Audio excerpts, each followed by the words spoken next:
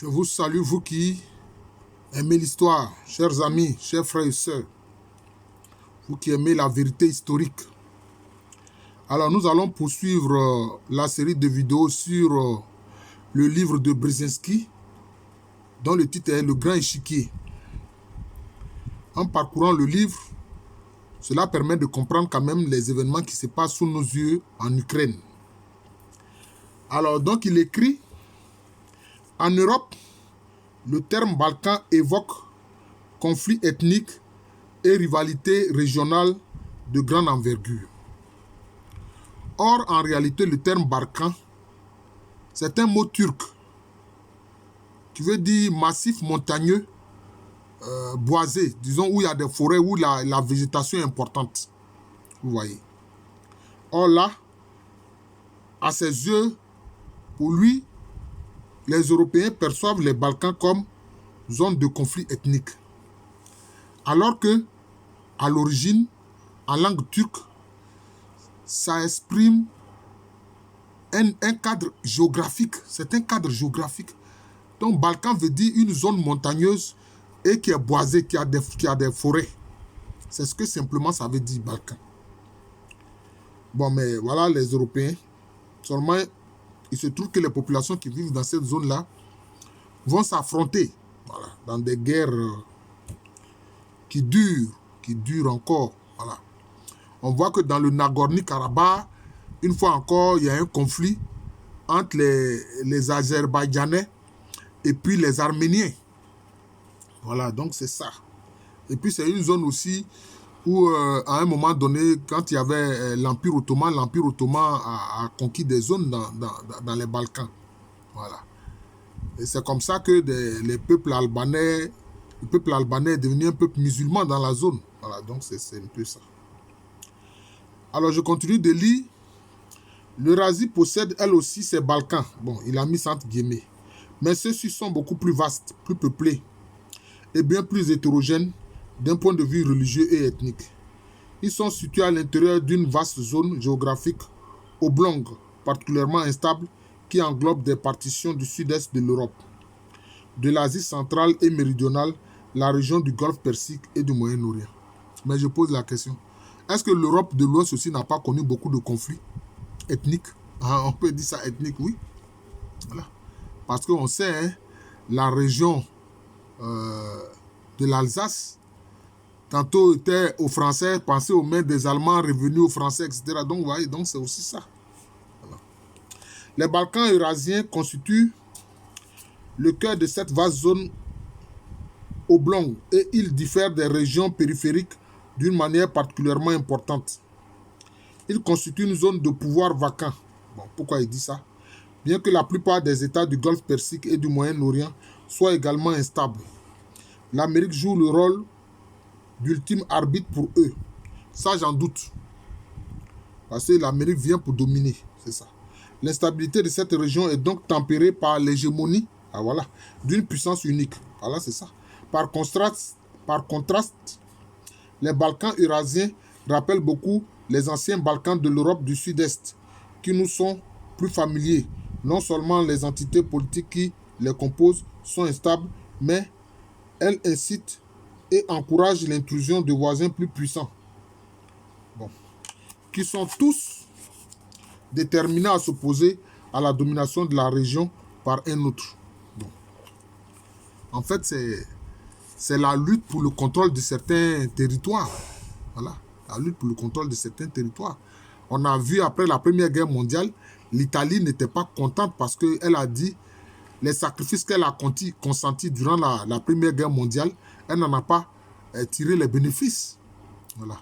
Parce que la région qui est au-delà, de l'autre côté, sur l'autre côté de la côte de l'Adriatique, l'Italie voulait la contrôler, notamment la région de la Dalmatie, qui finalement va faire partie de la Yougoslavie. Voilà, donc c'est cela. C'est cette combinaison caractéristique de pouvoir vacant et de velléité et d'absorption de la part d'une puissance extérieure qui justifie l'appellation de Balkans eurasiens. Mais c'est lui qui utilise le terme de Balkans de cette façon. Hein. C'est lui qui donne cette définition-là au terme Balkans.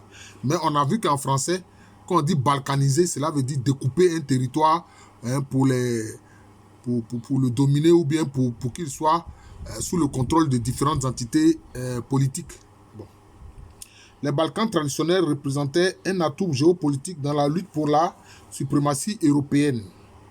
Les Balkans eurasiens, qui sont traversés par un nouveau réseau de transport destiné à relier d'une manière plus directe les extrémités orientales et occidentales, les plus riches et les plus industriels d'Eurasie, revêtent également une grande importance géopolitique.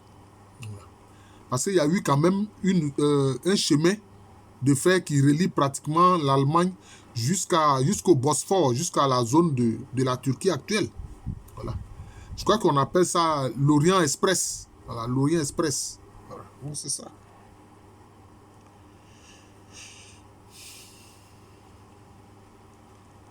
Alors, je poursuis donc.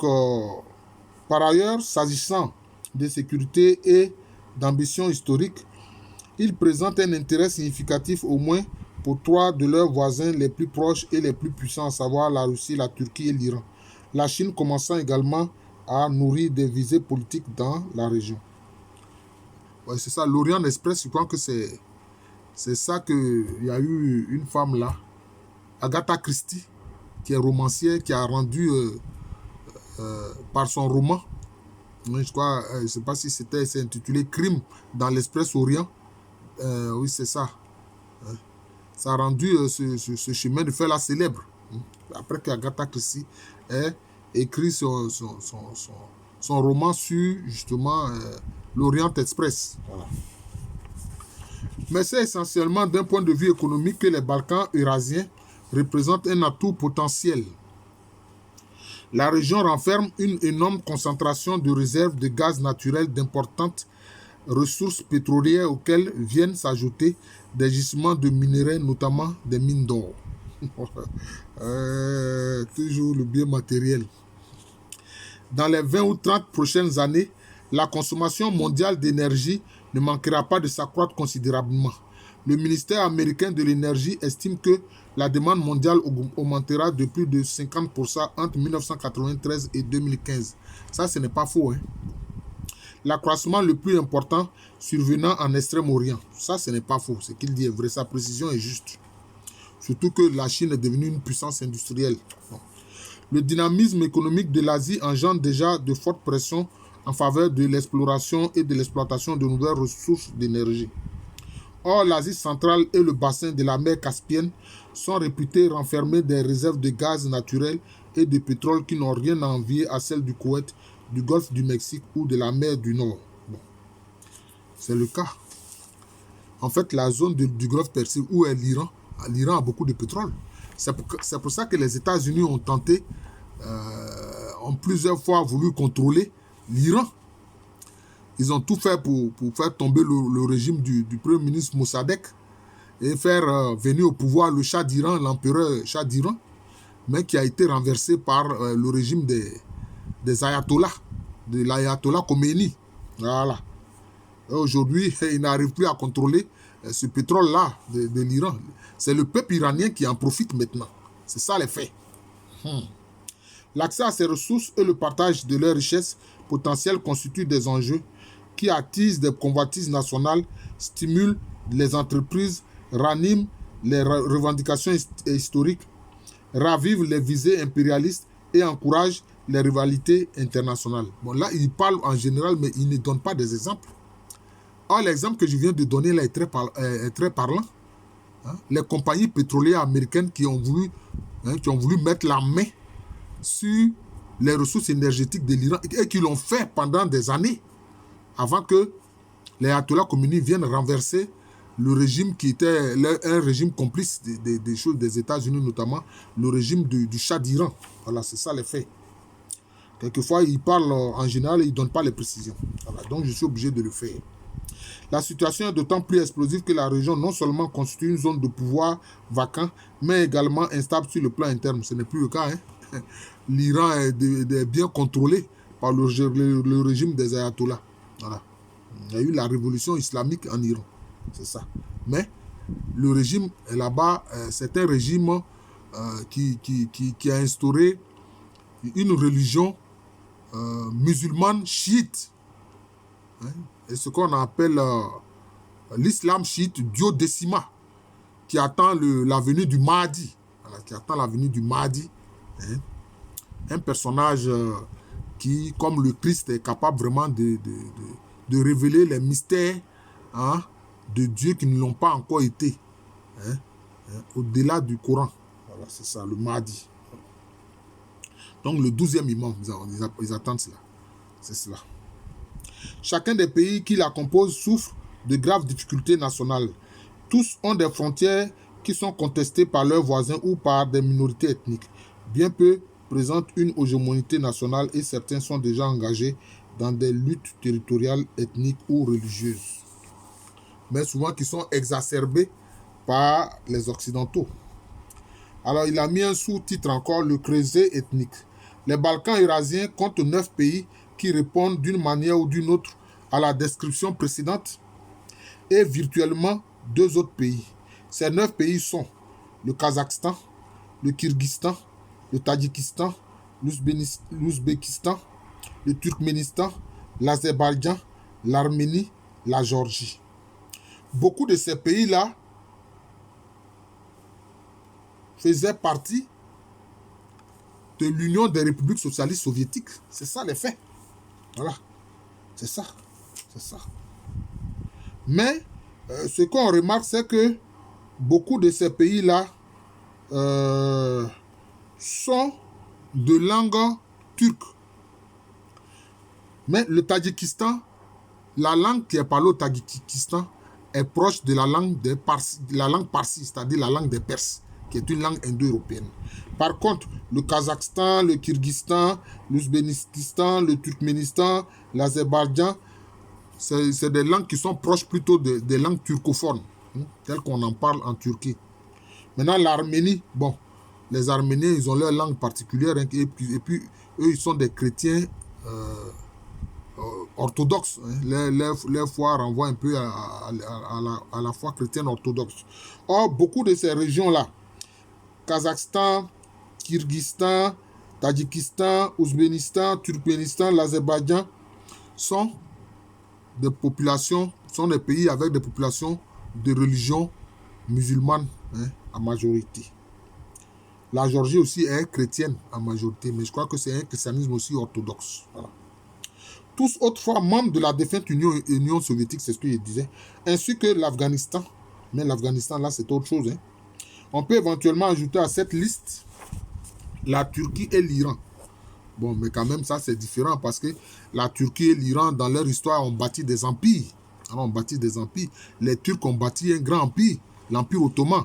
Quant aux Iraniens, ils ont bâti aussi un grand empire. Voilà, ça, on le sait. L'Empire des Sassanides, l'Empire achéménide. Voilà, c'est ça.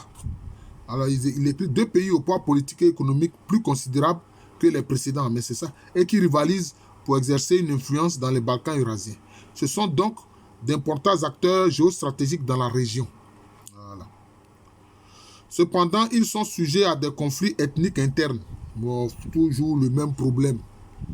Hein, quel problème ethnique interne? Bon, ça dépend. Ça dépend. Or, si l'un d'entre eux, ou si tous les deux, venaient à se trouver déstabilisés, les problèmes internes à la région deviendraient alors impossibles à gérer et les efforts déployés pour atténuer la domination de la Russie sur la région pourraient se révéler vains. Oui, il y a Abdullah Öcalan, qui est le leader des... Oh là là, j'oublie le nom de cette ethnie-là. D'ailleurs, ce peuple-là, je vais me souvenir de ce peuple. Ce peuple est à la fois en Turquie, en partie en Irak et en partie en Syrie. Voilà. En partie en Syrie. Je vais me rappeler le nom de ce peuple-là. Voilà, donc, il revendique une certaine autonomie. Voilà, il revendique une certaine autonomie. Voilà, c'est cela, il revendique une certaine autonomie. Et leur leader actuel, c'est Abdullah Öcalan, qui est dans les geôles de la Turquie. Il est en prison en Turquie. Voilà, donc c'est un peu ça. On peut dire ces trois États du Caucase, Arménie, Géorgie et Azerbaïdjan, qu'ils sont fondés sur des nations aux racines lointaines, aussi bien que leur nationalisme revêt en général des formes envahissantes et intenses. Ce sont pourtant les conflits externes qui se sont révélés être le principal obstacle à leur bien-être. S'agissant des 5 nouveaux États d'Asie centrale, on peut dire en revanche qu'ils se trouvent plutôt en train de construire leur nation avec de fortes identités tribales et ethniques. Les dissensions internes représentant la difficulté majeure. En tout cas, chacun d'entre eux voit souvent ses voisins plus puissants aux idées impérialistes plus prononcées tenter d'exploiter ses faiblesses. Mais en fait, le problème c'est que ces États se veulent des États centraux, hein, très centralisés. Alors qu'ils auraient pu utiliser, je peux dire, la forme fédérative. Voilà, la forme fédérative. C'est ça. C'est ça. Voilà, je parlais des Kurdes. Ce sont les Kurdes. Voilà. Dont le leader est Abdullah Öcalan. Les Kurdes, c'est un peuple qui veut aussi une certaine autonomie. Or, ils sont dispersés sur plusieurs républiques. Hein? Les Kurdes sont en partie en Turquie, en partie en Syrie, en partie en Irak, etc. Donc voilà, c'est ça le problème. Donc si les gens permettaient une certaine flexibilité avec un système fédéral, mais bon, c'est ça le problème. C'est ça le problème. On a vu même que les Kurdes ont combattu durement Daesh, c'est-à-dire l'État islamique. Dans leurs troupes, dans leurs armées, il y avait même beaucoup de femmes qui étaient vraiment des soldats très aguerris. Voilà, donc c'est ça. Voilà, les Kurdes, le peuple kurde. Les Balkans eurasiens constituent une mosaïque ethnique. Bon, ça c'est déjà dit. Les frontières des États qui les composent ont été arbitrairement dessinées par les cartographes soviétiques dans les années 20 et 30, au moment de la fondation officielle des républiques soviétiques. Bon, là, je ne suis pas trop d'accord avec lui. Ce n'est pas de manière arbitraire. Puisque les régions ont gardé les noms des peuples. Hein, les Tadjiks au Tadjikistan, les Azéris en Azerbaïdjan, hein, les Kazakhs au Kazakhstan. Donc, non, ce n'est pas arbitraire. Ce qu'il dit ici, là, ce n'est pas juste. Ce n'est pas juste. Évidemment, on le comprend. Il s'en prend à l'Union soviétique. Bon, il est américain. Bon, donc c'est ça. Même si ses ancêtres apparemment sont d'origine polonaise. Bon, on comprend aussi l'hostilité des Polonais vis-à-vis de l'Union soviétique. L'Union soviétique qui a massacré des dizaines, pour ne pas dire des centaines d'officiers de l'armée polonaise. Leurs frontières ont été tracées dans une large mesure en fonction de critères ethniques, mais elles reflétaient également l'intérêt qu'avait le Kremlin à maintenir la région méridionale de l'Empire russe dans un état de division interne et par conséquent de plus grande soumission. Ça, je ne comprends pas. Hein? Ça, je ne comprends pas ce qu'il dit, si ce n'est pas normal. Donc, l'Union soviétique a tenu compte des peuples qui sont là. Ils ont tenu compte des peuples qui sont là et de leurs frontières naturelles. Donc, c'est tout. Bon. C'est pourquoi Moscou a rejeté les propositions des nationalistes d'Asie centrale visant à fondre les différents peuples de cette région dont les motivations nationalistes n'étaient alors pas aussi fortes, en une entité politique unique qui s'appellerait le Turkestan. Mais s'ils appellent ça le Turkestan, cela veut dire quoi? C'est pas le nom turc qui est dedans, mais les Turcs alors allaient revendiquer toute la région. Alors que les Tadjiks ont plus de liens avec les Iraniens.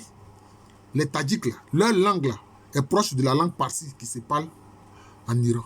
Voilà le problème. Donc il faut tenir compte aussi des faits sociologiques. C'est ça. On a préféré créer 5 républiques distinctes portant chacune un nom différent aux frontières en dents de... peut-être qu'est-ce qu'il a dit, en dents de scie peut-être.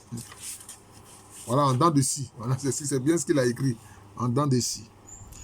C'est sans doute inspiré par un calcul similaire que le Kremlin a renoncé à son projet de fédération caucasienne unique. Il n'est donc pas surprenant qu'après l'effondrement de l'Union soviétique, les 3 États du Caucase et les 5 États d'Asie centrale ne se soient trouvés véritablement préparés ni à leur nouveau statut d'indépendance, ni à la coopération régionale qui s'avérait dès lors nécessaire. Dans le Caucase, l'Arménie, qui a une population de moins de 4 millions, et l'Azerbaïdjan avec ses 8 millions d'habitants, se sont très vite retrouvés entraînés dans une guerre ouverte au sujet du Haut-Karabakh. C'est ce que j'ai dit. Voilà. Parce que dans le Haut-Karabakh, il y a une enclave arménienne qui se veut autonome, mais que les Azéris veulent intégrer dans leur État. Une enclave essentiellement peuplée d'Arméniens en Azerbaïdjan. C'est ce que j'ai dit. D'ailleurs, dernièrement, il y a eu encore une résistance du conflit. Voilà. L'ONU a pu permettre à la Russie d'envoyer des troupes d'interposition là-bas. Ce conflit a donné lieu à des purifications ethniques massives. Bon, pourquoi les gens utilisent le terme de purification ethnique? Non. Purifier comment? À des massacres ethniques, ouais. C'est ça qu'il faut parler. Parce que si on dit purification ethnique, cela veut dire quoi? Comment on peut purifier en tuant des gens? Le terme n'est vraiment, à mon avis, ce terme n'est pas approprié. Voilà. L'Arménie étant chrétienne et l'Azerbaïdjan musulmane. Voilà. Cette guerre évoque par certains aspects un conflit religieux. Bien sûr, bon. Ses conséquences dramatiques sur le plan économique ont empêché chacun des deux pays de consolider son indépendance. L'Arménie a été conduite à défendre davantage de la Russie, cette dernière lui ayant fourni une aide militaire conséquente, tandis que l'Azerbaïdjan a vu sa toute récente indépendance et sa stabilité interne compromise par la paix du Haut-Karabakh. Mais je crois qu'elle a récupéré pratiquement le Haut-Karabakh. Hein? Ça, c'est récent, ça. La vulnérabilité de l'Azerbaïdjan a eu de graves conséquences régionales car la situation géographique de ce pays en fait un pivot géopolitique. On peut le comparer à un bouchon d'importance vitale permettant ou empêchant l'accès à la bouteille. Il a mis ça en guillemets, bien sûr. Qui contient les richesses du bassin de la mer Caspienne et d'Asie centrale. Un Azerbaïdjan indépendant, turcophone, ouais, c'est ça, équipé de pipelines allant de son territoire jusqu'à la Turquie, pays avec lequel il partage des liens ethniques et qui lui apporte son soutien politique, empêchant la Russie de détenir un monopole sur l'accès de la région et la priverait par conséquent d'une influence stratégique décisive dans des décisions politiques des nouveaux États d'Asie centrale. D'ailleurs, on l'a vu concernant le Kosovo, où il y a des Albanais musulmans. Mais qu'est-ce qui se passe? On voit les Serbes qui veulent revenir à la charge parce que le premier conflit, on a vu l'OTAN venir bombarder la Serbie et permettre aux Albanais de créer un État dans le Kosovo que les pays de l'Union européenne et autres se sont empressés de reconnaître. Mais il y a des enclaves à l'intérieur, peuplées par des Serbes qui ne reconnaissent pas cet État des Albanais du Kosovo. C'est comme il y a des enclaves encore serbes en Croatie. Vous voyez? Donc c'est ça. Et quand il y a un groupe majoritaire, ce groupe-là veut éliminer ceux qui sont minoritaires. C'est un problème. Et ils appellent ça purification ethnique. Alors que ce sont des massacres ethniques. C'est pas sérieux. Et quand ils massacrent quoi? Femmes, enfants, ils massacrent tout le monde. Excusez-moi. Hein.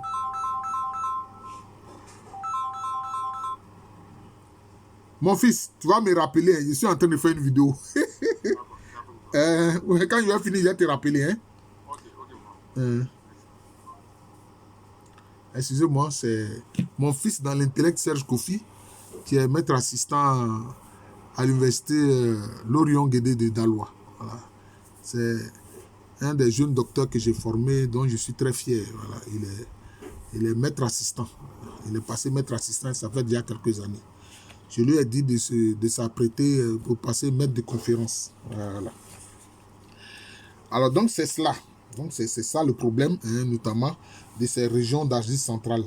L'Azerbaïdjan est néanmoins très sensible aux pressions de la puissante Russie que la puissante Russie exerce au nord, de même que celle de l'Iran au sud. Mais on a vu aussi la Turquie. On a vu concernant le problème au Kosovo, le président Erdogan de Turquie, dit pouvoir jouer un rôle de médiateur. Voilà.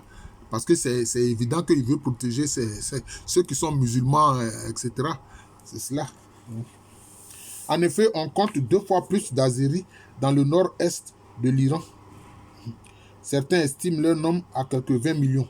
Bon, mais des Azéris qui sont en Iran, sans doute que ces Azéris-là, ils parlent une langue qui est proche plutôt des langues turcophones. qu'au sein même de l'Azerbaïdjan. Bon, donc c'est ça. Cette situation fait craindre à l'Iran un éventuel séparatisme parmi ses Azéris et il en résulte un sentiment ambivalent à l'égard du statut de souveraineté de l'Azerbaïdjan. Voilà. Même si ces deux pays partagent la foi musulmane. Mais donc c'est ça. Cela veut dire que la foi musulmane ne suffit pas pour qu'il y ait un ancrage politique. Voilà. Parce que même s'ils sont musulmans, ils ont des cultures particulières à côté. Voilà, c'est ça.